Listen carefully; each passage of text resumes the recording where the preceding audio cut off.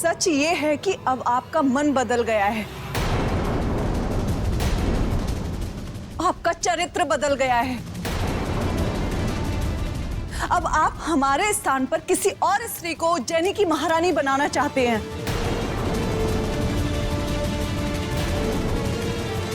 अब आपका प्रेम हमारे लिए मर गया है। इसी कारण आप हमारे ऊपर झूठे आरोप लगाकर हमें इस राजमहल से और अपने जीवन से निकालना चाहते हैं। बस स्त्री, बस। अब इसके आगे एक शब्द नहीं। हम सब कुछ सह सकते हैं, पर अपने चरित्र पे लांछन ये कभी नहीं सह सकते। तुम कौन हो, क्या हो, तुम्हारी मंशा क्या है, ये सब जानते हैं हम। तो बता दीजिए ना सम्राट सबको, ताकि यहाँ पर उपस्थित लोग भी हमारी असलियत जान लें। यही तो अफसोस है कि अभी हम निरुत्तर हैं, किंतु शीघ्र ही अपने प्रमाण के साथ उपस्थित होंगे हम, और तुम्हारी सच्चाई लोगों को बताएंगे। किस प्रमाण को लेकर आएंगे आप? प्रमाण स्वरूप अपनी पत्नी महारानी चित्रलेखा, इन्हें तुमने कहीं छुपाकर इन लोगों की आंखों पर अपनी माया की पट्टी बांध दी। हम आएंगे और शीघ्र आएंगे स्त्री, और तुम्हारे इन घिनौने आरोपों का खंडन कर देंगे।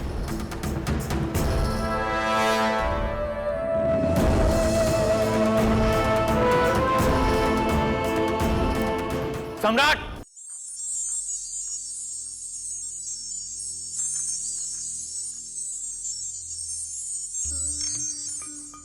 ये महामाया ने मुझे कौन सी दुविधा में डाल दिया।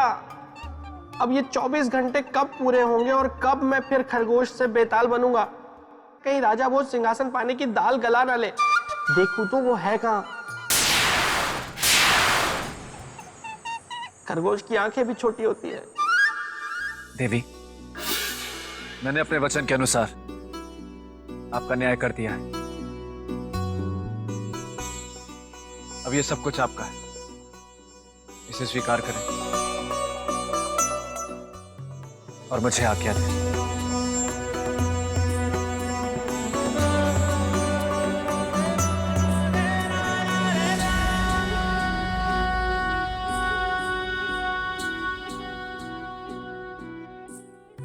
जय महाकाल, जय महाकाल। आपने मेरे न्याय के वचन की रक्षा की, आपको कोटि कोटि धन्यवाद। राजन, आप धन्य हैं। मुझे अब ये सब नहीं चाहिए। आपने मनुष्य और पशु दोनों को न्याय के तराजू में बराबर तोला। मेरे लिए इतना ही बहुत है। मैंने आज तक आप जैसा न्यायी राजा नहीं देखा। आपकी जय हो राजन।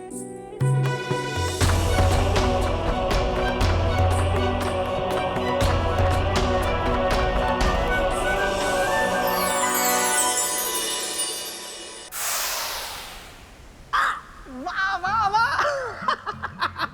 पहले जैसा हो गया। वाह वाह। राजा भोज तो गुफा में पहुंच गए।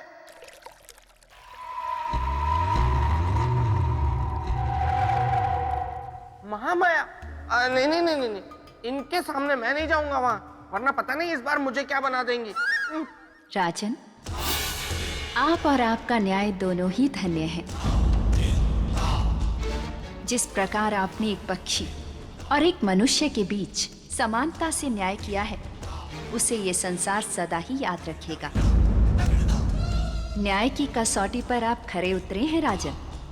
अब आप सिंहासन की ओर कदम बढ़ा सकते हैं। अरे नहीं नहीं नहीं, ऐसे कैसे सिंहासन की तरफ कदम बढ़ा देंगे राजा भोज। मैं हूं बेताल, गलने नहीं दूंगा इनकी दाल। राजन, मैं आ गया। देखिए राजन, मेरी बात मानिए, लौट जाइए। आप पहले भी 3 बार प्रयत्न कर चुके हैं, लेकिन कोई फायदा हुआ नहीं ना। इसीलिए कहता हूँ, मेरी बात मानिए, लौट जाइए। ठीक है बेटा। ठीक है।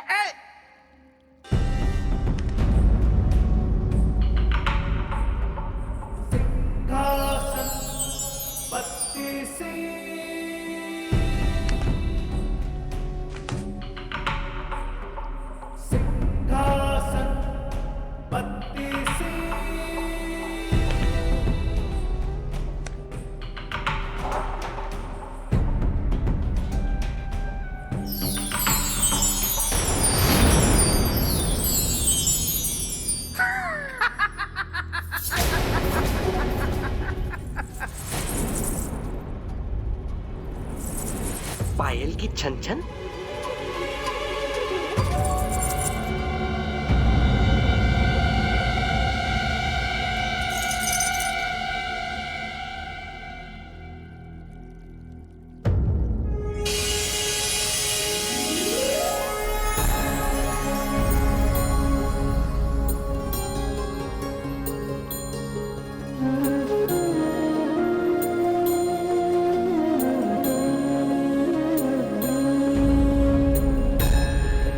कौन है देवी आप?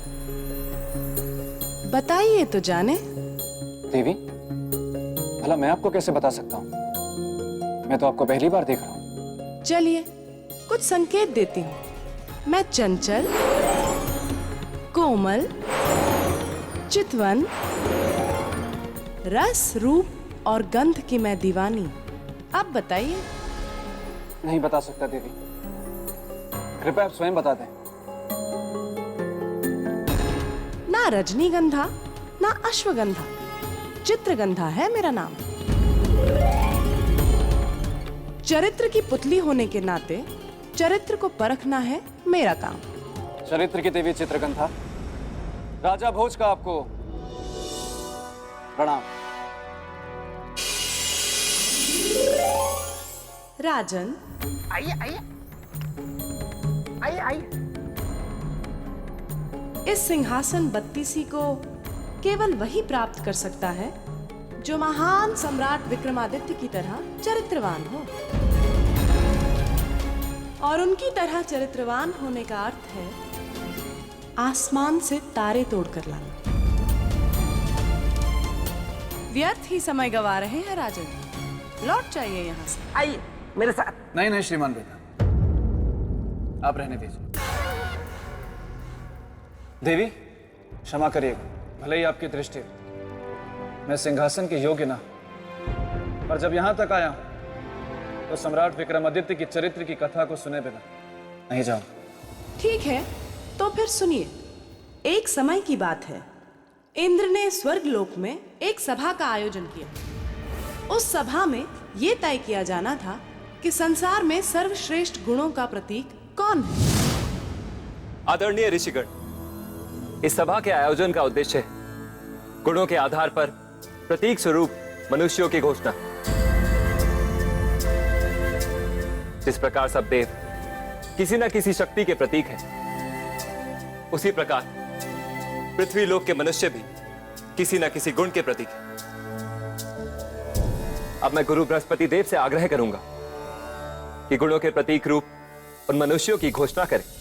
संसार में चरित्र के प्रतीक हैं चक्रवर्ती सम्राट विक्रमादित्य। ये कैसी अर्थहीन बातें कर रहे हैं देवगुरु बृहस्पति? एक राजा चरित्र का प्रतीक नहीं हो सकता, वो विलासिता का प्रतीक है। और आप हम ऋषियों का अपमान कर रहे हैं, घोर अपमान कर रहे हैं। यदि आपको लगता है कि विक्रमादित्य चरित्र का प्रतीक है, तो उसे इसकी परीक्षा देनी होगी, और मैं स्वयं लूंगा उसकी परीक्षा।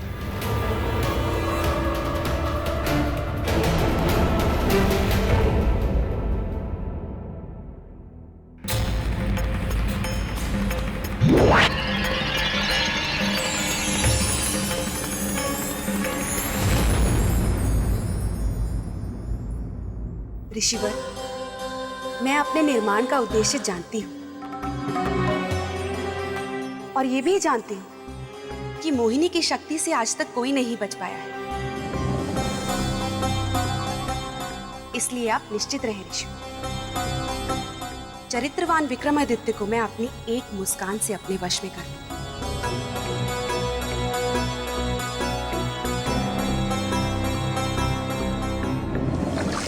ओम सूर्य देवाय नमः। ओम सूर्य देवाय नमः। ओम सूर्य देवाय नमः। ओम सूर्य देवाय नमः। ओम सूर्य देवाय नमः। सम्राट विक्रमादित्य, आज तुम्हारा धर्म, तुम्हारी भक्ति और तुम्हारा चरित्र सब मेरे रूप के बहाव में बह जाएगा।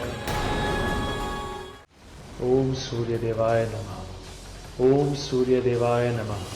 ओम सूर्य देवाय नमः। ओम सूर्य देवाय नमः। ओम सूर्य देवाय नमः। ओम सूर्य देवाय नमः। ओम सूर्य देवाय नमः। ओम सूर्य देवाय नमः।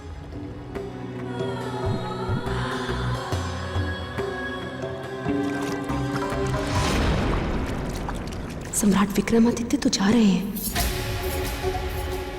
हमें इन्हें रोकना होगा।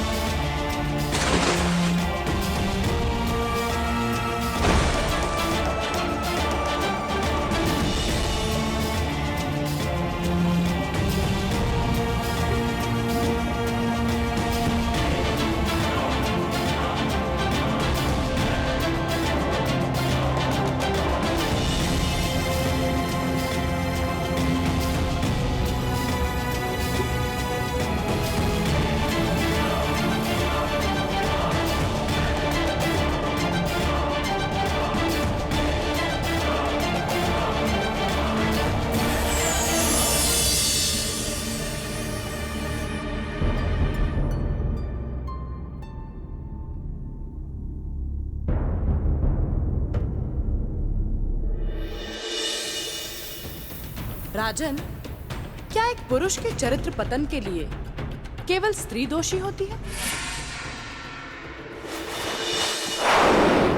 देवी, अगर आप ऐसे आसान आसान प्रश्न राजन से करेंगी तो ये उन कठिन कठिन प्रश्नों के लिए कैसे तैयार हो पाएंगे जो आप इनसे आगे करने वाली हैं? राजन, जरा इधर आइए।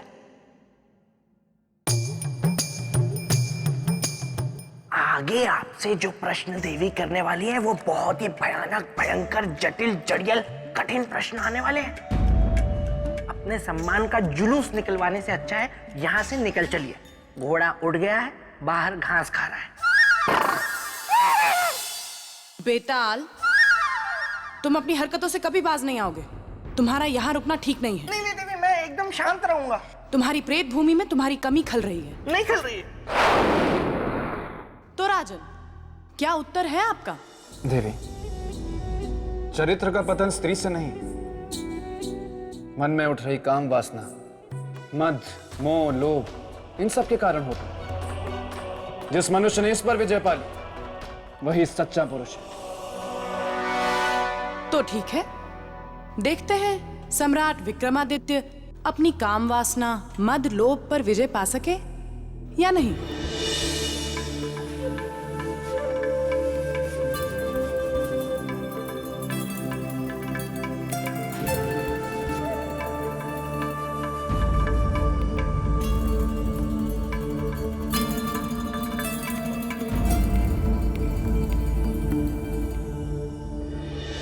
देवी, हम कहाँ गए? कौन से लोक में? श्रृंगार लोक। श्रृंगार लोक? हाँ, श्रृंगार लोक। और हम हैं यहाँ की रानी, रानी प्रियंवदा। हमारा आतिथ्य स्वीकार करें।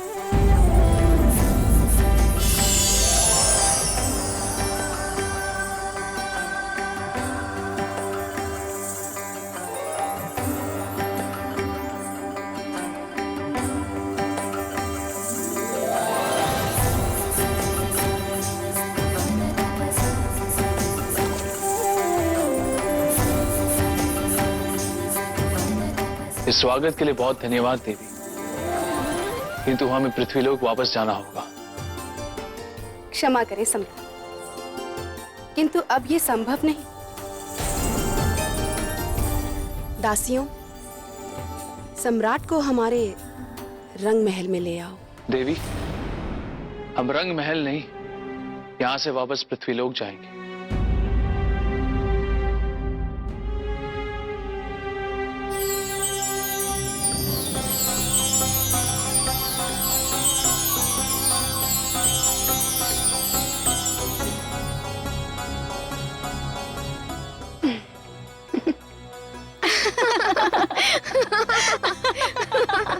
ये क्या कर रही हैं आप देवी?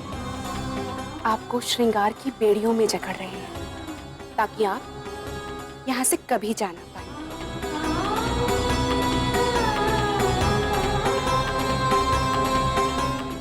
देवी, क्या प्रियंवदा सम्राट विक्रमादित्य को प्रेम की बेड़ियों में बांध पाए? आपको क्या लगता है राजन? मुझे तो लगता है ऐसी कोई भी बेड़ी नहीं बनी है जो सम्राट विक्रमादित्य को बांध पाए। सही कहा राजा भोज। अरे जिस सम्राट को संसार की कोई बेड़ी नहीं जकड़ पाई, उसे ये श्रृंगार की बेड़ी क्या जकड़ेगी? पर यह बात इस प्रियंवदा को कौन समझाए? अच्छा होता अगर ये रूपमती होने के साथ साथ बुद्धिमती भी होती। बस बेताल, ये मैं कैसे क्या सुन रहा हूं? क्या सुन लिया तुमने मस्तिष्क कुमार? यही कि सस सौंदर्य लेखा बस विवाह कुंडल से सस शादी कर रही है। अब तुमसे क्या छुपाना मेरे मित्र, बुरा तो मुझे भी बहुत लग रहा है, क्योंकि जब भी वो यहाँ आती थी ना तो मेरे प्रेत भूमि में रंग बिखर जाते थे। तो ये तुम्हारी शरारत थी? ये छल है, ये छल है। तुमने मेरे मित्र का रूप धरकर मुझे छला है। हाँ मेरे प्यारे बेताल, वरना ऐसे थोड़ी ना तुम गलने देते मेरे प्रेम की दाल। हाँ, मैं तो पहले ही समझ गया था कि मेरे मित्र मस्तिष्क कुमार के रूप में तुम आई हो। मैं ऐसे जाल में फंसने वाला नहीं हूँ।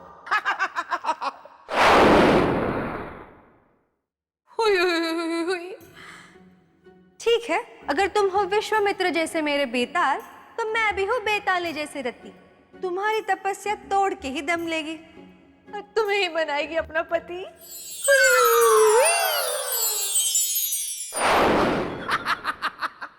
ये तो मेरी तपस्या नहीं भंग करवा पाई, लेकिन अब देखता हूं मेरे मित्र के चरित्र की तपस्या भंग करने के लिए प्रियंवदा ने क्या किया।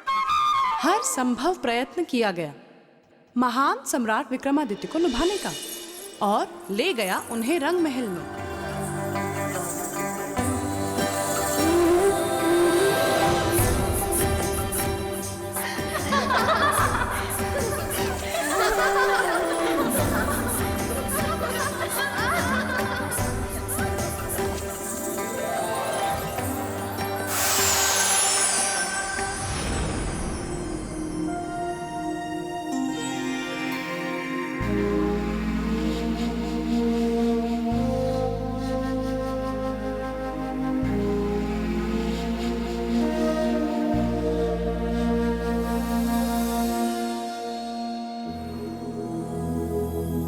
राजन, हमें आपसे प्रेम हो गया है। परंतु हमें आपसे सहानुभूति है। क्यों? प्रेम क्यों नहीं? क्योंकि आप हमारे प्रेम के योग्य नहीं है। क्यों? आप में हृदय नहीं? हमारे पास हृदय है देवी, परंतु हमारे हृदय में हमारी पत्नी है। भूल जाइए उन्हें और हमारे साथ यहाँ श्रृंगार लोक में वास कीजिए। चिरयौवन के स्वामी रहेंगे और कभी बूढ़े नहीं होंगे। अपने यौवन के लिए हम अपने चरित्र का त्याग नहीं करेंगे देवी। राजन, ये जो बात आपने अभी इतने विश्वास से कही है, यदि हम आपको छू भर भी लेना तो आपका ये विश्वास ओस की बूंद की भांति उड़ जाए और आप सब कुछ भूल जाएंगे सदा सदा के लिए और खो जाएंगे केवल हमारे प्रेम के भंवर में। तो लीजिए, आप अपनी इच्छा पूरी कीजिए देवी।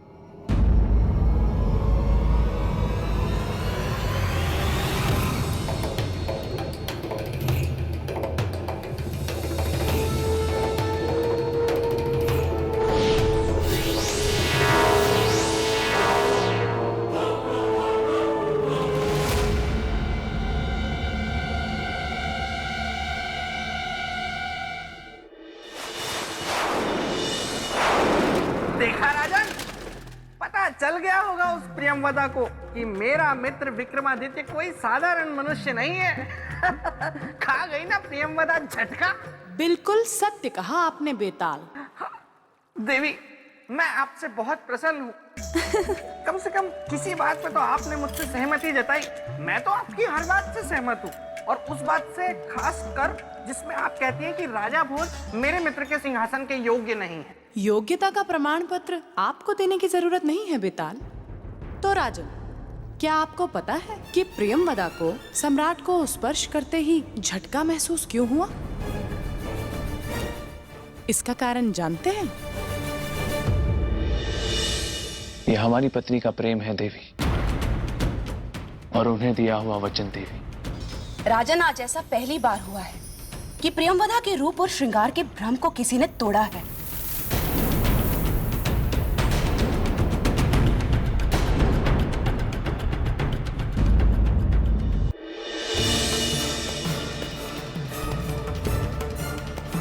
राजन, आज ऐसा पहली बार हुआ है कि प्रियमवदा के रूप और श्रृंगार के भ्रम को किसी ने तोड़ा है।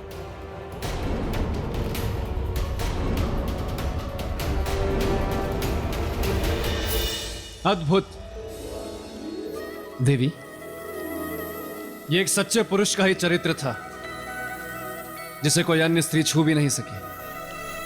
सत्य कहा आपने राजन। परीक्षा मनुष्य के भीतर छुपी योग्यता को बाहर ले आती है। कुछ ऐसा ही हुआ सम्राट विक्रमादित्य के साथ। उस प्रियमवदा की परीक्षा सम्राट विक्रमादित्य के चरित्र के गुण को बाहर ले आई, और वे उस परीक्षा में सफल भी हुए। देवी, मुझे बार बार ऐसा क्यों लग रहा है कि आप मेरी परीक्षा ले रहे हैं? मान लीजिए यदि ऐसा ही हुआ तो आप परीक्षा में हो जाएंगे असफल, क्योंकि आप कोई मेरे मित्र विक्रमादित्य की तरह महान थोड़े हैं। राजन, क्यों अपने बने बनाए सम्मान को धूमिल कर रहे हैं? आप कह दीजिए कि आपने हार मान लिया और अब आप उज्जैनी लौट जाएंगे। हाँ राजन, आपका प्रश्न ये था कि कहीं ऐसा तो नहीं है कि मैं आपकी परीक्षा ले रही हूँ। मेरा जवाब ये है कि मान लीजिए यदि ऐसा ही है तो मैं इतना कहूंगा कि केवल रूप चरित्र की कसौटी नहीं होती, श्रृंगार से प्रेम नहीं होता। श्रृंगार से व्यक्ति केवल आकर्षित होता है, और आकर्षण प्रेम का प्रथम अध्याय। तो कहने का अर्थ ये है कि सम्राट विक्रमादित्य आकर्षित हो चुके थे उस प्रियमवदा पर? नहीं, परंतु प्रियमवदा के प्रेम निवेदन में असफल होने के कारण उनकी परीक्षा और भी कठिन होने वाली थी, क्योंकि प्रेम में असफल प्राणी किसी भी सीमा को पार कर सकता है। सत्य कहा राजन आपने। हमें शीघ्र ही इस लोक से बाहर निकलना होगा, परंतु बाहर जाने का रास्ता दिख नहीं रहा है।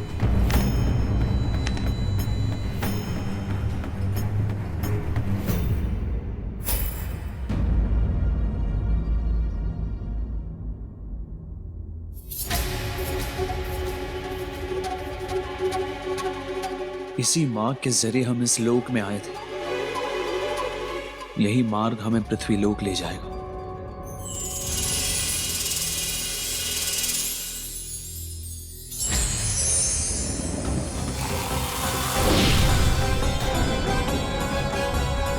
राजन, ये श्रृंगार लोक है। यहाँ आना और जाना सब हमारी इच्छा से होता है।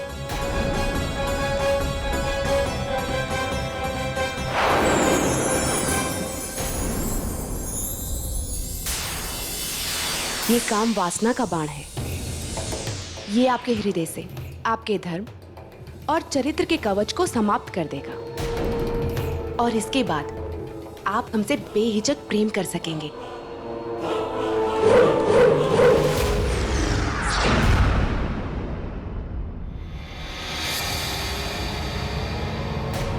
राजन, ये प्रेम बाण है। इसके लगते ही आप अपने मन मस्तिष्क से अपनी पत्नी की सारी यादें मिटा देंगे।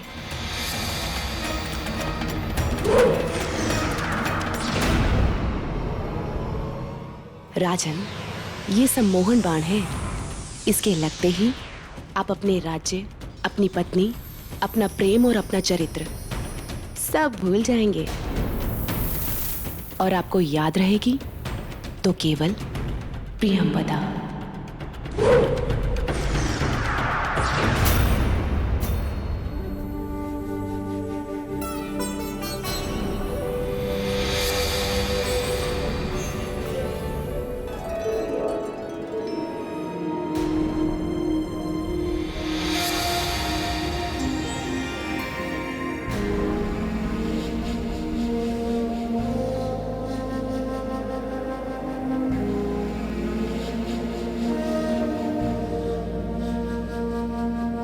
सम्राट, अब आपके चरित्र की सारी सीमाएं, आपके सारे बंधन टूटेंगे और आप केवल मुझसे बन जाएंगे।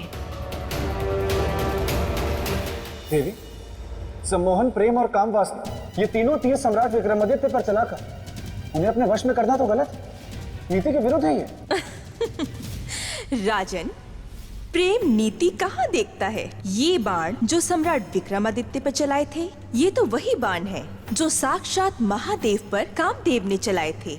मोहिनी बाण, इनसे कोई नहीं बच पाया।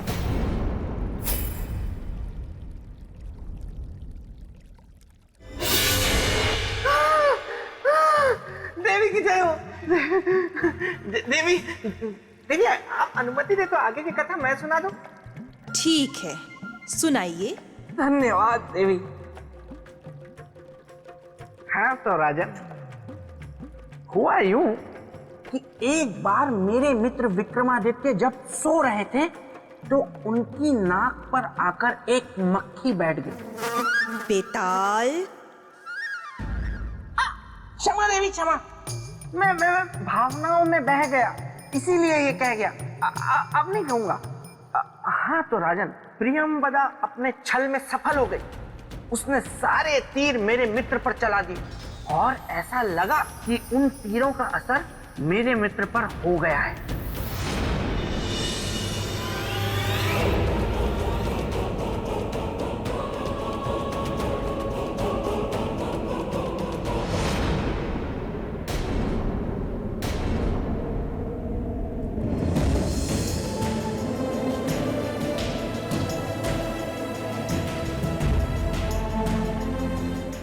देवी, जिस मोहिनी बाण का उपयोग करके आपने हमारे चरित्र को भ्रष्ट करना चाहा, हमारे मन मस्तिष्क से हमारी पत्नी को हटाना चाहा, वो केवल हमारी पत्नी ही नहीं परंतु हमारे चरित्र और हमारे प्रेम की रक्षा कवच है, जो हर पल हमारे साथ है। अगर आपको यकीन नहीं आता तो अपनी दृष्टि घुमाएं और देख लीजिए।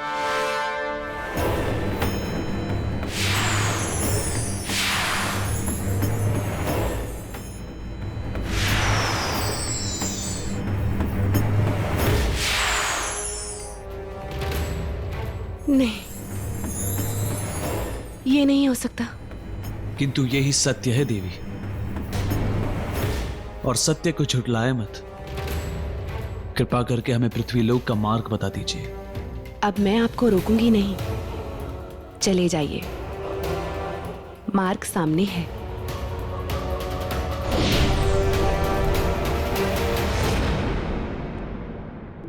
किंतु जाने से पहले मैं आपको एक सत्य अवश्य कहूंगी। कहिए। आपके चरित्र के सामने मेरा रूप हार गया राजन। जाइए, चले जाइए।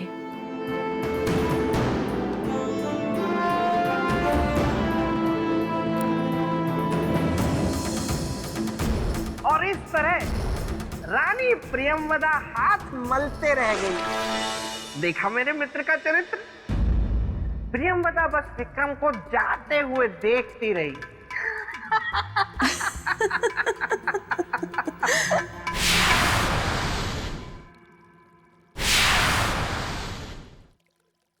वो की रानी प्रियंवदा और इतनी विवश। अब यही तो विडंबना थी राजन। देखिए ना, ये है कामदेव के 3 अपराजित तीर, श्रृंगार, प्रेम और काम, जो सम्राट विक्रमादित्य के महान चरित्र के आगे पराजित हो गए। और रानी प्रियंवदा परेशान। नहीं देवी, मैं नहीं मानता इस बात को। यही तो समस्या है ना राजा। आप कुछ मानते ही नहीं। अगर आप मान गए होते तो आज यहाँ ना होते, बल्कि अपने राजमहल में आराम कर रहे होते। तो राजन, अब बताइए, आप क्यों नहीं मानते ये? जब किसी प्रेमिका का प्रेम, श्रृंगार और सुंदरता तीनों हारते हैं, तब वो एक चोट खाई नागिन बन जाती है और बदले के मार्ग को चुनती है, फल को अपना अस्त्र बनाती है। क्योंकि कोई भी स्त्री अपने व्यक्तित्व और अस्तित्व को अनदेखा होते हुए नहीं देख सकती है देवी। मतलब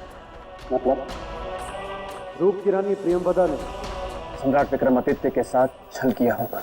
बिल्कुल ऐसा ही किया रानी प्रियंवदा ने। अवसर पाकर वो सम्राट विक्रमादित्य की अनुपस्थिति में उज्जैनी जा पहुंची।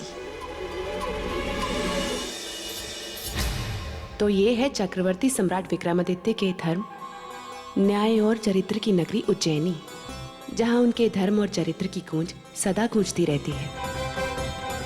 किंतु विक्रमादित्य, मैं तुम्हारी इसी नगरी उज्जैनी में तुम्हारे पाक साफ दामन पर दाग लगाऊंगी और लोगों को बताऊंगी कि तुम क्या हो। देवी, मैं जिज्ञासु हूं ये जानने के लिए कि आगे क्या हुआ।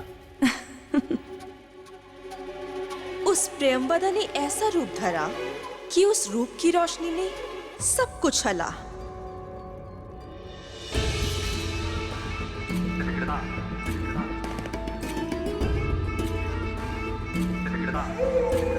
क्यों मिलना चाहती है आप महारानी से? प्रयोजन क्या है मिलने? ये बात केवल हम महारानी से कहेंगे, किसी अन्य से नहीं। तब तो आप महारानी जी से नहीं मिल सकती हैं। ये एक सन्यासिनी का अपमान है और याद रखिएगा, इसका परिणाम आपको भुगतना पड़ेगा। अलग निरंजन।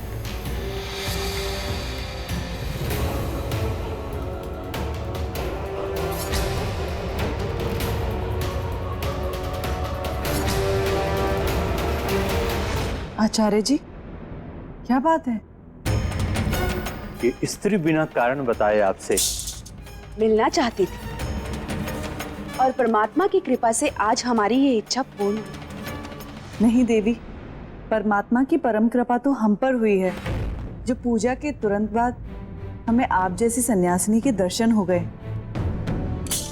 अलग निरंजन।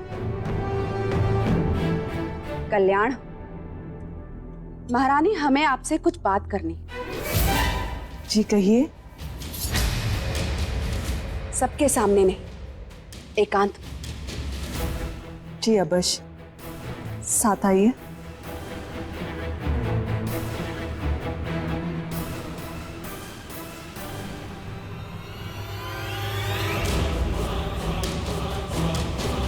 राहु काल में एक अपरिचित इंसान का महल में प्रवेश।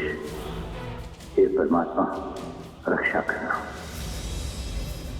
मैं ढूंढ रही थी उसको,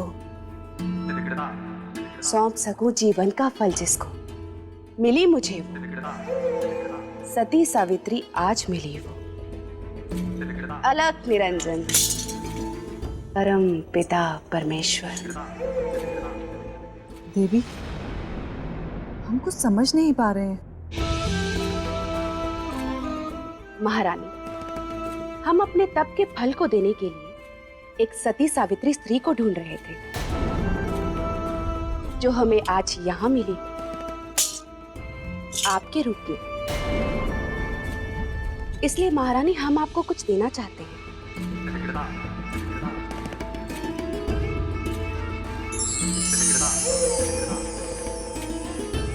महारानी, हमारे तप के इस फल को ग्रहण कीजिए।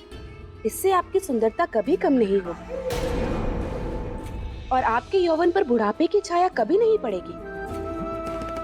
लीजिए। ये तो हमारा सौभाग्य है कि आपने हमें इस योग्य समझा, किंतु क्षमा कीजिएगा, हम आपके इस तप के फल को स्वीकार नहीं कर सकते। क्या कहा? स्वीकार नहीं कर सकते? जी। इस ना का अर्थ जानती हो मूर्ख?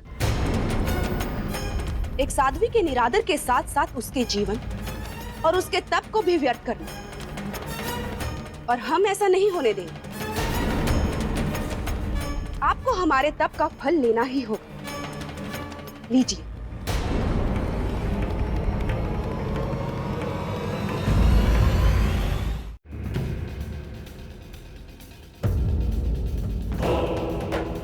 ये प्रश्न कुंडली बताएगी उस सन्यासिनी के आने का उद्देश्य।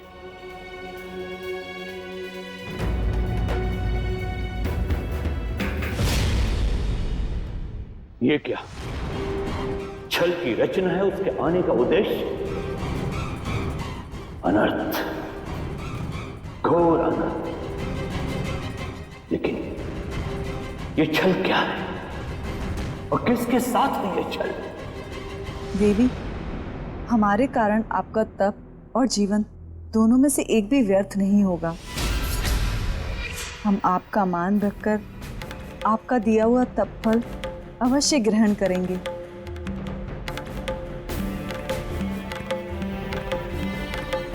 क्या बात है देवी, आपकी आंखों में आंसू? कुछ नहीं। कुछ तो है, बताइए ना।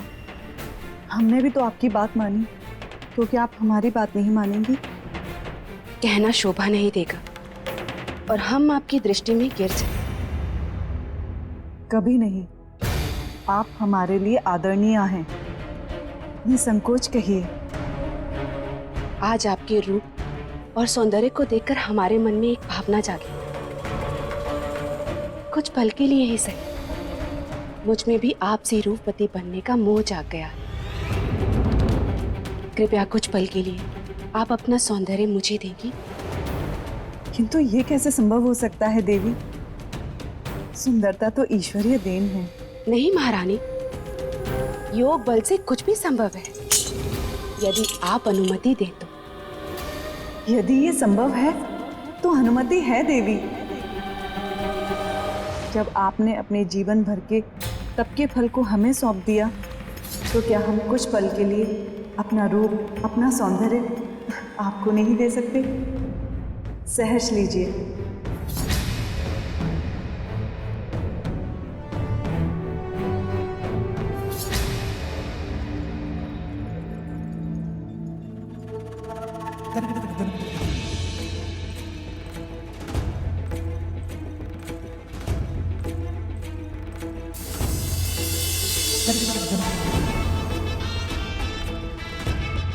सम्राट विक्रमादित्य, अब देखिए आप अपने चरित्र के बल का हरण।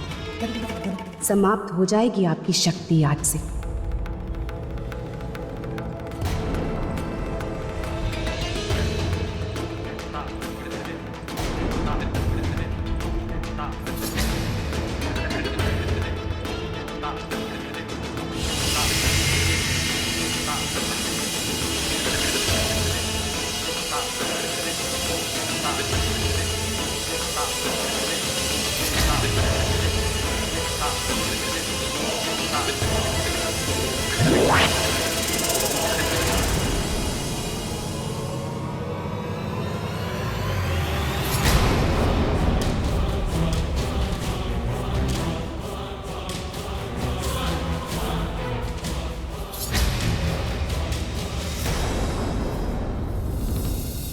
मीरामीर जी, क्या बात है? तो मुझे अचानक बुलाने का कारण? सब कुशल तो है ना? नहीं सेनापति, आज महारानी से मिलने एक सन्यासिनी आई है। ये तो शुभ ही हो गया। साधु सन्यासी का सत्संग तो सद्गुण का संकेत। परंतु वो सन्यासिनी सच्ची सन्यासिनी नहीं है।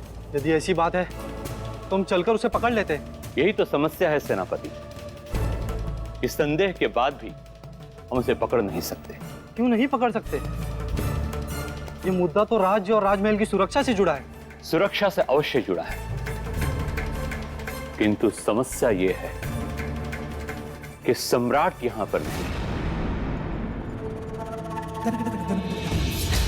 चरित्रवान सम्राट विक्रमादित्य, तुम्हारी रक्षा कवच, तुम्हारी पत्नी के रूप को मैंने छीन लिया, ले लिया बदला अपने आप को ठुकराए जाने का। और अब मैं रहूंगी तुम्हारे संग, तुम्हारी पत्नी बनकर।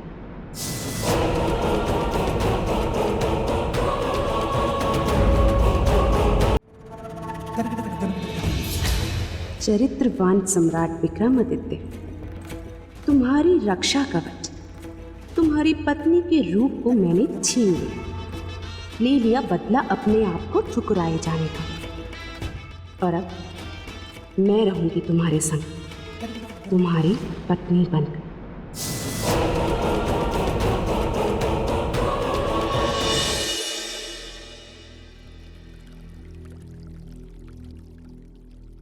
बेताल, चौंक गए ना राजन? देवी, आगे की कथा मैं सुनाता हूं। तो राजन, अब देखना यह है कि कैसे महाचतुर चिड़िया प्रियंवदा, जो रानी चित्रलेखा बन चुकी है, अपनी अगली चाल चलती है, और कैसे बेचारी गाय जैसी सीधी सादी महारानी, जो विश्वास में आकर अपना रूप प्रियंवदा को दे चुकी है, और मुसीबतों में गिरती चली जाती है। लाइए देवी, अब हमारा रूप हमें लौटा दीजिए।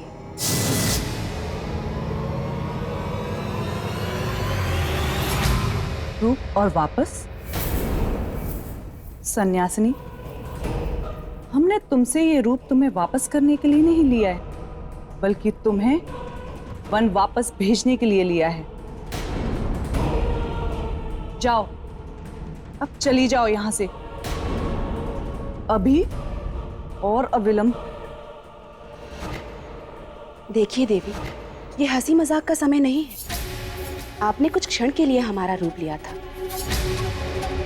लाइए, हमारा रूप हमें लौटा दीजिए।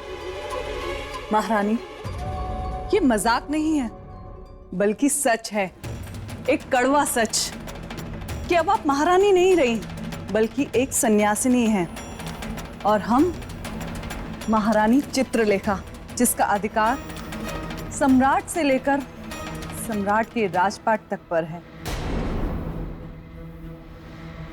ये आप क्या कह रही हैं देवी? या तो आप बहरी हैं, या फिर आप प्रेम की भाषा नहीं समझती। यदि आप अपना भला चाहती हैं, तो इसी वक्त राजमहल से चले जाइए, अन्यथा हमारा शरीर हमें लौटा दीजिए देवी, अन्यथा हम सैनिकों को बुलाएंगे। छल की बिसात हमने बिछाई, अब प्रपंच के प्यादे आप चल रही हैं। विरामहेर जी, विरामहेर जी, विरामहेर जी,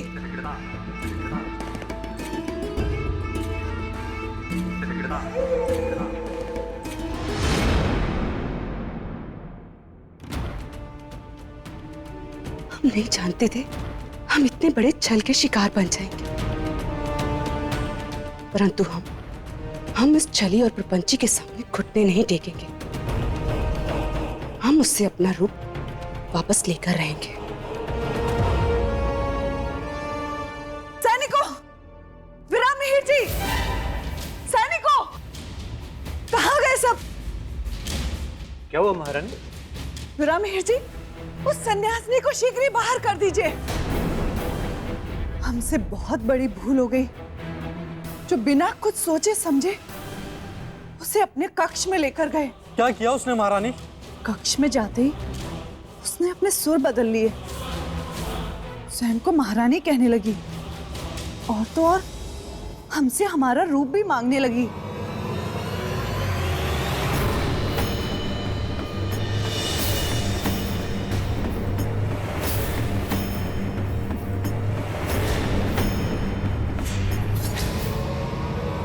हमें हमारा रूप वापस दे घातिनी, अन्यथा हम तुम्हें जीवित नहीं छोड़ेंगे। राजदंड देंगे तुम्हें। सैनिकों, बंदी बना लो इसे।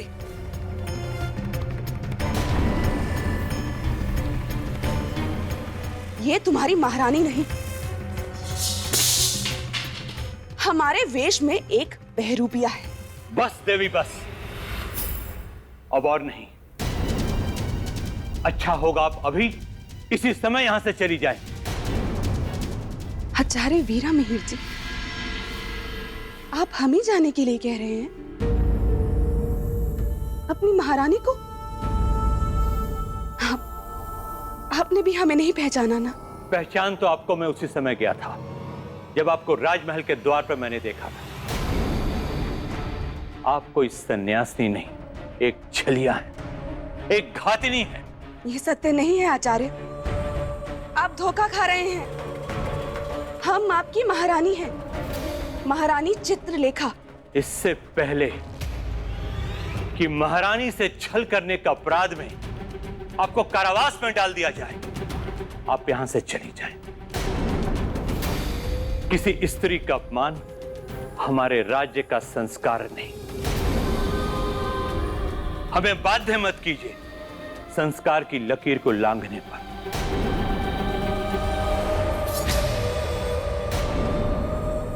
राममिहिर जी, इससे बहस मत कीजिए और इस संकट को तुरंत ही राजमहल से दूर कर दीजिए। बस। कहीं नहीं जाएंगे हम। जब तक सम्राट वापस नहीं आ जाते, हम कहीं नहीं जाएंगे। ना इस राजमहल से और ना ही इस राज्य से। देवी, एक प्रश्न मेरे मन में होता कि परीक्षा तो सम्राट विक्रमादित्य की थी, तो फिर उनकी पत्नी चित्रलेखा के साथ इस प्रकार का छल और उन्हें इस तरह पीड़ा देना कहां तक सही है? राजन, ये आपने कोई नया प्रश्न नहीं किया। यही प्रश्न इंद्रदेव ने भी ऋषिवर से किया था और उनका उत्तर था कि सम्राट विक्रमादित्य की वास्तविक परीक्षा का आरंभ अब हुआ है। हम सत्य कह रहे हैं, हम आपकी महारानी हैं, हमारा विश्वास कीजिए, हम सत्य कह रहे हैं। चरित्रवान विक्रमादित्य, पतन हो गया तुम्हारे चरित्र का, क्योंकि अब तुम्हारी पत्नी चित्रलेखा नहीं, प्रियंवदा है। अब देखती हूँ कि कैसे करते हो अपने चरित्र की रक्षा।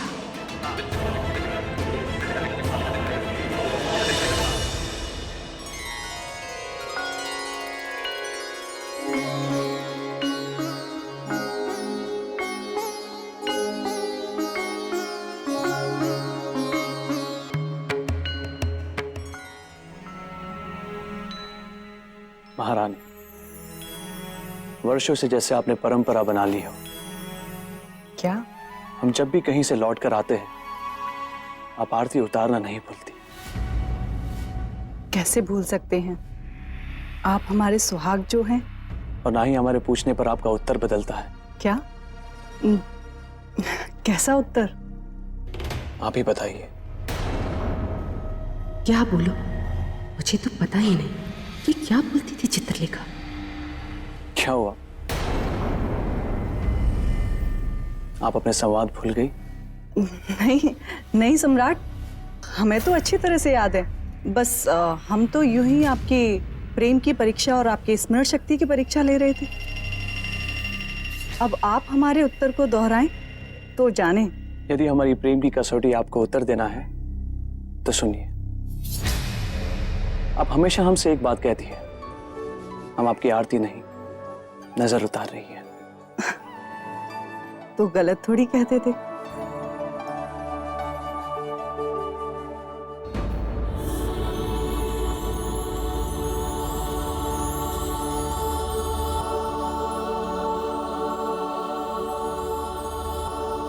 अब चलिए। महारानी,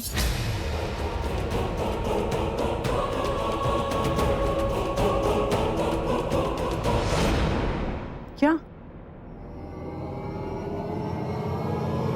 अब क्या हुआ? कुछ भूल रही हैं आप? क्या बोल रही? कहीं ऐसा ना हो कि मेरा भेद खुल जाए।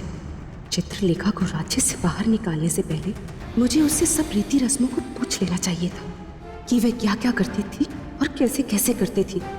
भारी भूल हो गई। अब क्या करूं?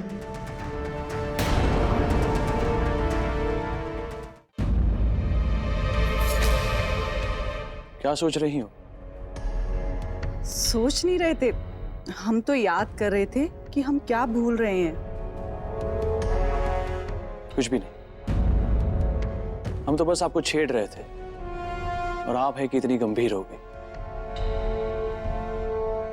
चले। फिर दोबारा ऐसा मजाक मत कीजिएगा। आपके इस मजाक ने तो हमारे प्राण ही सुखा दिए। अच्छा, अब चलिए।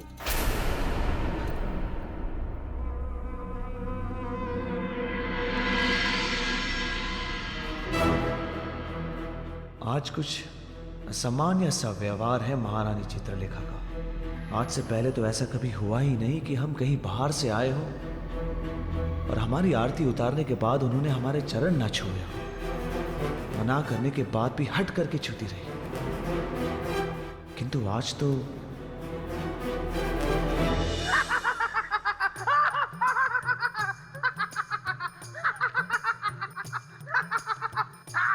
बेताल, ये क्या नया नाट्य प्रदर्शन है?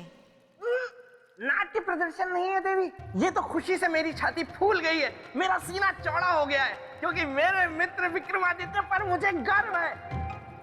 बताइए राजन, अगर मेरे मित्र की जगह आप होते तो क्या आप पता लगा पाते कि कुछ गड़बड़ है? नहीं नहीं नहीं नहीं, उत्तर मत दीजिए, उत्तर मुझे पता है। इसीलिए मैं आपको समझा रहा हूँ कि हट छोड़ दीजिए और झट से वापस चलिए, क्योंकि ये सिंहासन आपके हाथ कभी नहीं आने वाला।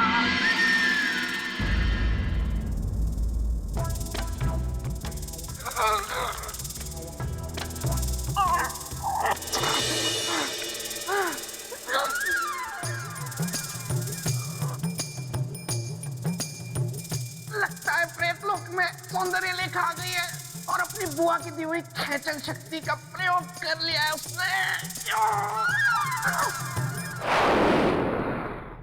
देवी, इस बात में तो कोई संशय नहीं कि मित्र हो तो बेताल जैसा। देखिए ना, आज भी मित्रता का धर्म निभा रहा है।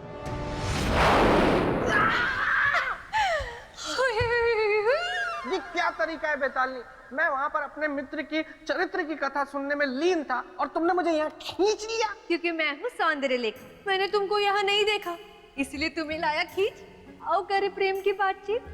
हाँ, वाह वाह, अच्छा किया, बहुत अच्छा किया सौंदर्य लेखा जो तुम यहाँ खुद आ गई, वरना मैं ही तुम्हें बुलाने वाला था।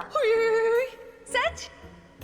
क्या तुम्हारे मन में मेरी यादों के रसगुल्ले पक रहे थे जो तुम मेरी राह ऐसे तक रहे थे? नहीं नहीं, मैं तो तुम्हें ये बताने के लिए यहाँ बुला रहा था कि मैंने विवाह करने का इरादा कर लिया है। सच? और तो और विवाह के पश्चात मैं घर बेताल बन के अपने ससुराल में ही रहने वाला हूँ। अब ये पूछोगी नहीं कि वो बेतालनी कौन है? उसमें पूछना क्या है? सौंदर्य लेखा यानी कि मैं। नहीं नहीं, तुम नहीं, उसका नाम है कमल चक्षुनी, जिससे मेरा विवाह होने जा रहा है। देखो, क्या नाम है तुम्हारा? सौंदर्य लेखा। हाँ, सौंदर्य लेखा। मुझे पता है तुम्हारा दिल टूटा होगा, लेकिन मैं क्या करूं? अब तुम ऐसा करो कि सबसे पहले यहाँ आना बंद करो, क्योंकि कल ही मैं यहाँ से अपना ये पेड़ और बाकी सब सामान बटोर के यहाँ से हमेशा के लिए चला जाऊंगा।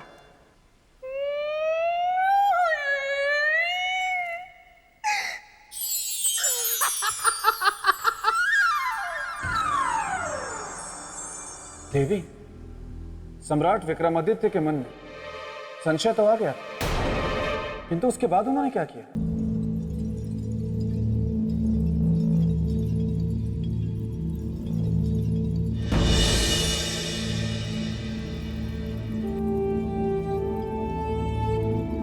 क्या बात है महारानी, आज आपका मन बड़ा शांत लग रहा है। लगेगा नहीं जब एक स्त्री के पति को आज का विशेष दिन भी याद ना रहे तो भला उसका चित्त शांत कैसे रहेगा? ऐसा कौन सा विशेष दिन है आज? वसंत ऋतु का पहला दिन, एक स्त्री के जीवन का सबसे महत्वपूर्ण दिन, जिस दिन एक पत्नी का मन कभी मयूर बन अपने पति के साथ नाचने का होता है तो कभी हिरनी के समान गुलाचे भरते हुए भागने का होता है।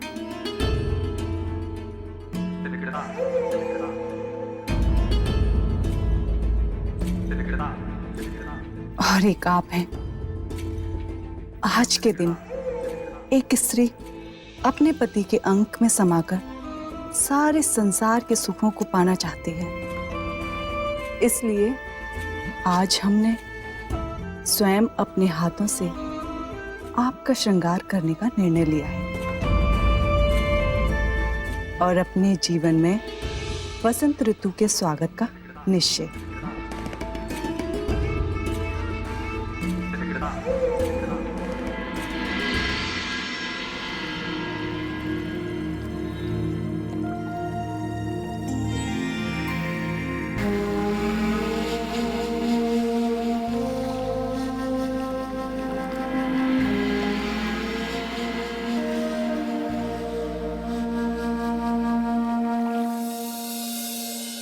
मैं अपने उद्देश्य में सफल हो गई विक्रमादित्य।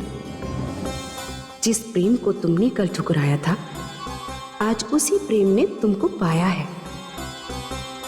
अब जीते रहोगे अपनी चित्रलेखा के भ्रम में, और जिस दिन भ्रम टूटेगा तुम चरित्र के पर्वत की ऊंचाई से बहुत नीचे गहरी खाई में गिर चुके होंगे। ये है एक सुंदर स्त्री के प्रेम निवेदन को ठुकराने का बदला।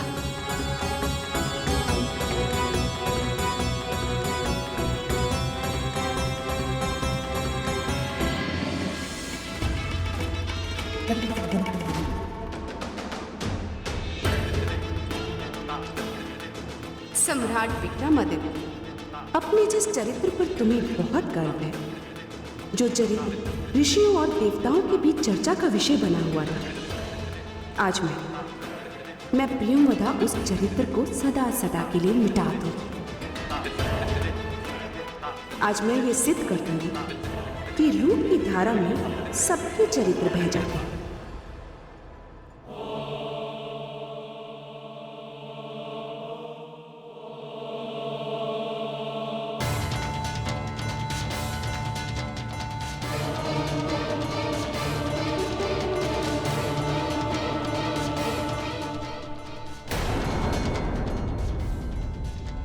ऐसा क्यों लग रहा है कि ये महारानी चित्रलेखा नहीं, कोई और है?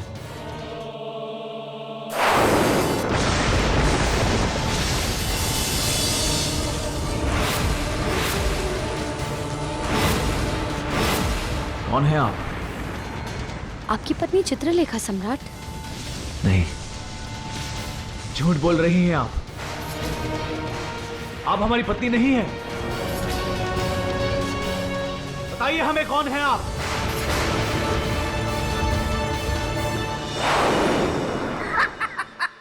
देखा राजन, बड़ी आई मेरे मित्र को उल्लू बनाने चली थी, जबकि खुद के तोते उड़ गए। शांत रहिए बेताल। तो राजन, क्या किसी मनुष्य के चरित्र में इतनी शक्ति होती है कि वो एक स्त्री के रूप के सामने अड़िग रहे? देवी, जिसकी आत्मा जितनी पवित्र, निर्मल और साफ होती है, उसका चरित्र उतना ही अडिग होता है। तो सम्राट विक्रमादित्य को ये कैसे पता चला कि वो उनकी पत्नी नहीं थी? बहुत ही खतरनाक प्रश्न है ये, लेकिन मैं विक्रमादित्य का मित्र हूं, इसीलिए मुझे पता है। आप कहिए कि उसकी पत्नी केवड़े का इत्र लगाती थी। किसका? केवड़े का। और प्रियंवदा ने गुलाब का इत्र लगाया हुआ था, इसीलिए विक्रमादित्य जान गए कि वो उनकी पत्नी नहीं है। यदि आप दोनों की आपसी बातचीत समाप्त हो गई हो, तो राजन, क्या है आपका उत्तर? हाँ हाँ, जरूर।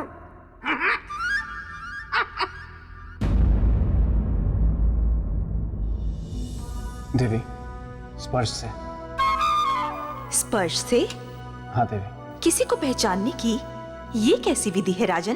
प्रेम मन से मन का मेल, स्पर्श का नहीं। इसीलिए जब प्रियंवदा ने सम्राट विक्रमादित्य को स्पर्श किया, तो सम्राट विक्रमादित्य के मन ने उस स्पर्श को स्वीकार नहीं किया। अपने मन की आंखों से देखने वाले और अपनी आत्मा की आवाज सुनने वाले को भला कौन धोखा दे सकता है देवी?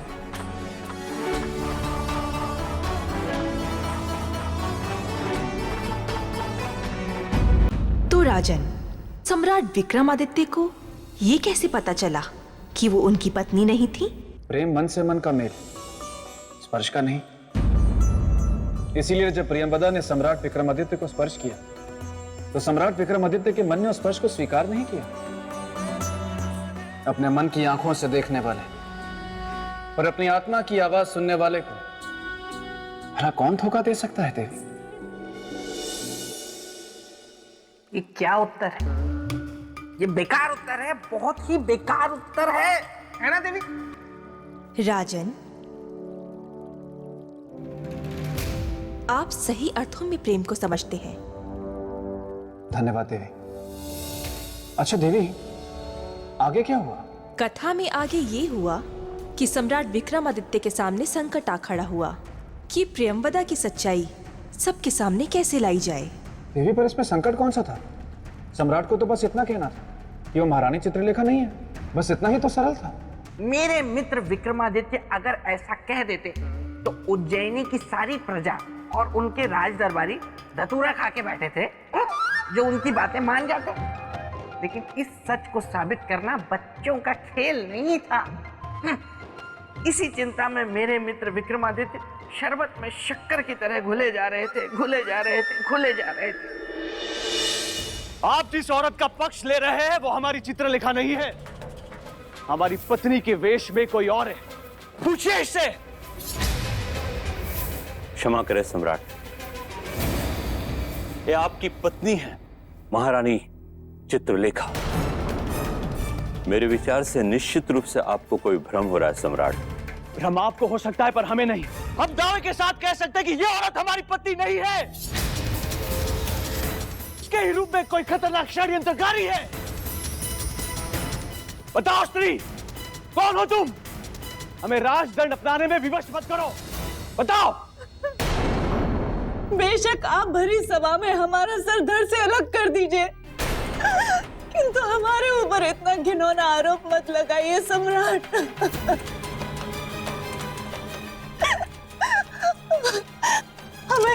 हमें तिरस्कार और संशय के घाव मत दीजिए सम्राट। घाव तो फिर भी समय के साथ भर जाते हैं, परंतु पति पत्नी के रिश्ते में निष्ठा और ईमानदारी ये आवश्यक है।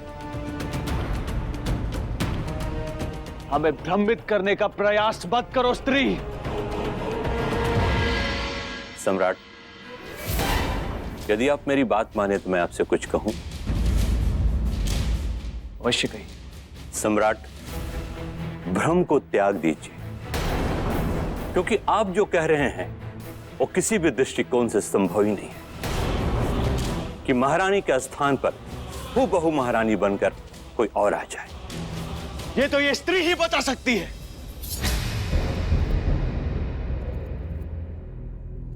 देवी, हम आपसे विनती करते हैं, कृपया सत्य बता दो कि तुम कौन हो। आप सत्य जानना चाहते हैं?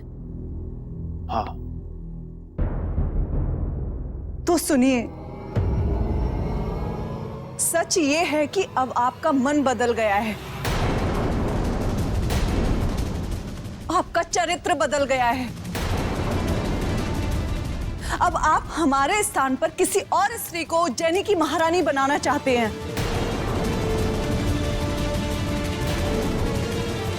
अब आपका प्रेम हमारे लिए मर गया है। इसी कारण आप हमारे ऊपर झूठे आरोप लगाकर हमें इस राजमहल से और अपने जीवन से निकालना चाहते हैं। बस स्त्री, बस। अब इसके आगे एक शब्द नहीं। हम सब कुछ सह सकते हैं पर अपने चरित्र पे लांछन ये कभी नहीं सह सकते। तुम कौन हो, क्या हो, तुम्हारी मंशा क्या है, ये सब जानते हैं हम। तो बता दीजिए ना सम्राट सबको, ताकि यहाँ पर उपस्थित लोग भी हमारी असलियत जान लें। यही तो अफसोस है कि अभी हम निरुत्तर हैं, किंतु शीघ्र ही अपने प्रमाण के साथ उपस्थित होंगे हम और तुम्हारी सच्चाई लोगों को बताएंगे। किस प्रमाण को लेकर आएंगे आप? प्रमाण स्वरूप अपनी पत्नी महारानी चित्रलेखा, जिन्हें तुमने कहीं छुपाकर इन लोगों की आंखों पर अपनी माया की पट्टी बांध दी। हम आएंगे और शीघ्र आएंगे स्त्री। और तुम्हारे इन घिनौने आरोपों का खंडन कर देंगे।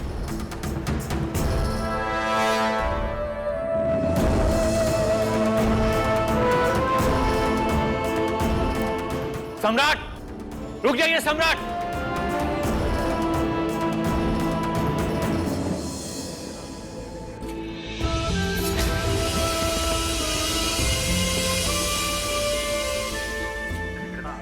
सच, चरित्रवान व्यक्ति है विक्रमादित्य।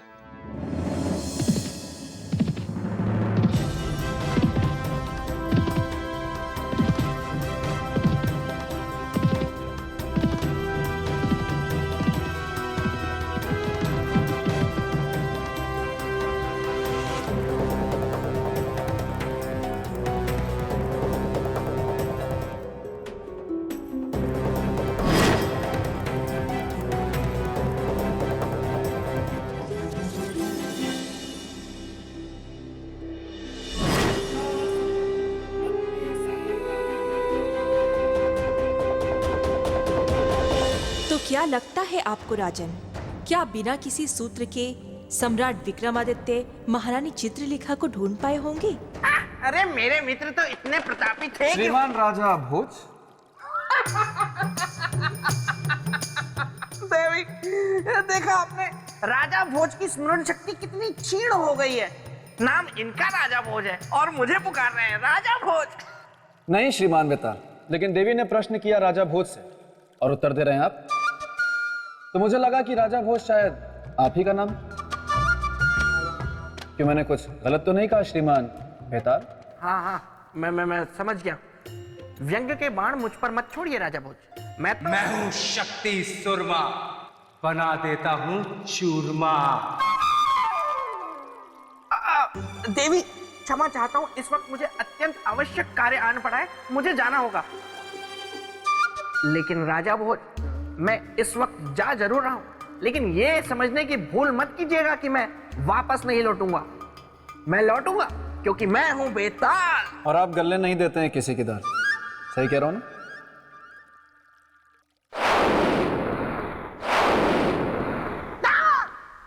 मैं हूं शक्ति सुरमा, बना देता हूं चूरमा। तू यहां क्या कर रहा है? ये सवाल तो मुझे तुमसे पूछना चाहिए है? क्योंकि अब इस जगह पर मैंने कब्जा कर लिया है। कब्जा? लेकिन मैं यहाँ रह रहा हूँ। ये देखो, ये सब मेरा सामान पड़ा हुआ है। तुम्हारा विवाह तो किसी कमल चक्षुनी नाम की बेतालनी से तय हुआ है ना, और तुम घर बेताल बन के अपने ससुराल भी रहने जा रहे हो। ये बात बोली मुझसे मेरी बहन, सुन के नहीं हुआ मुझसे सहन। मैंने तो मजाक किया था, आप तो सच मान गए। जीजा साले का रिश्ता, हंसी मजाक, ठिठोली। बंद करो ये बकवास। इस तरह बेवकूफ तुम मुझे पहले भी बना चुके हो। एक दिन का समय देता हूं, चुपचाप भाग जाओ यहां से, वरना मैं हूं शक्ति सुरमा, बना दूंगा तुम्हारा चूरमा। ये क्या मुसीबत मोल ले ली मैंने। अब मस्तिष्क कुमारी इसका हल भी निकालेगा। इससे पहले गोलू, जल्दी से दिखाओ कि कहीं राजा भोज ने अपनी दाल तो नहीं गला ली।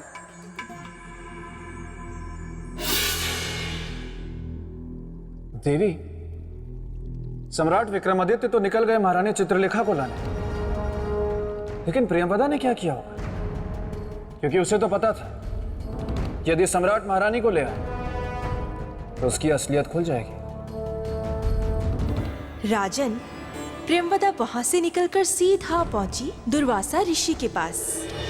विक्रमादित्य, ये दुर्वासा की परीक्षा है और तुम इस परीक्षा में कदापि सफल नहीं हो सकते, कदापि नहीं। किंतु वे आपकी हर परीक्षा में सफल हुए ऋषिवर। क्या? प्रियंवदा, तुम्हें तो मैंने उज्जैनी भेजा था सम्राट विक्रमादित्य की परीक्षा लेने। हाँ, मैंने उनकी परीक्षा ली वहां जाकर ऋषिवर, किंतु वे मेरी हर परीक्षा में सफल हुए और मैं हार गई। ऋषिवर, सम्राट विक्रमादित्य इकलौते चरित्रवान पुरुष हैं इस संसार में। मैं आपसे अनुरोध करती हूँ कि कृपया आप अपनी यह परीक्षा समाप्त करें। बस प्रियंवदा, बस तुम्हारे कथन अनुसार यदि विक्रमादित्य तुम्हारी परीक्षा में सफल हुआ है तो तुमने उससे भावनाओं के आधार पर परीक्षा ली है, किंतु अब अटल सत्य के आधार पर तुम्हें परीक्षा लेनी है। वो कैसे? जीवन और चरित्र को मृत्यु की कसौटी पर कसकर। नहीं ऋषवर, हमसे ये नहीं होगा।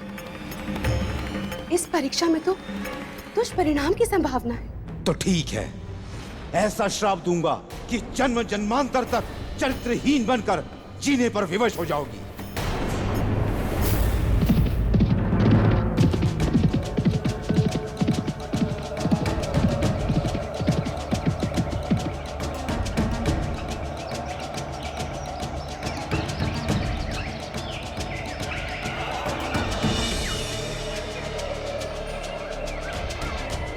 ये क्या?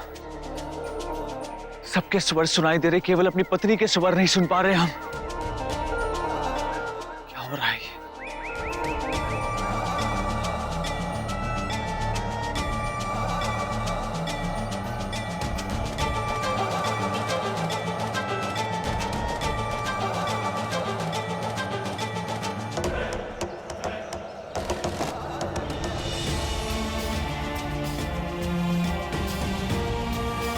महारानी चित्रलेखा, कुछ बोलिए ताकि हम आपको सुन सकें।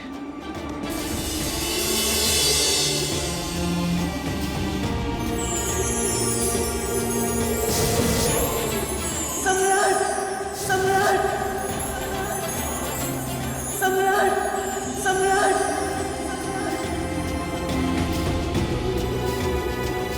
सुन ली आपकी पुकार। आ रहे हैं हम, आ रहे हैं आपके पास।